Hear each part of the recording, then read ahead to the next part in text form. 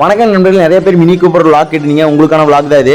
நம்ம mini Cooper எடுத்து எங்கே போயிருக்கோம் அப்படின்னு பார்த்தீங்கன்னா, நம்ம தெரிஞ்ச அக்காவங்க தோட்டத்தில் வந்து பார்த்தீங்கன்னா நம்மளோட டிராக்டரில் உழவு ஓட்டுவோம். உழவு ஓட்டின பின்னாடி பார்த்தீங்கன்னா அவங்க கிண்ணம் எடுத்து வச்சுருந்தாங்க தென்னை மரத்துக்கு.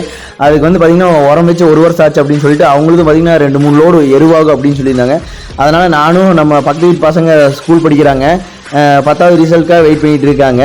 அவங்க லீவுங்கிறனால அண்ணா நாங்களும் வர்றோம் அப்படின்னு சொல்லியிருந்தாங்க. சரி, விவசாய வேலைகள் வந்து அவங்களுக்கு கற்றுக் கொடுப்போம்னு சொல்லிட்டு அவங்களையும் நான் கூட்டிகிட்டு போனோடனே எருவெல்லாம் வலிச்சு போட்டு லோடு பண்ணிட்டோம். லோடு பண்ணோடனே டீ கொண்டு வந்து கொடுத்தாங்க.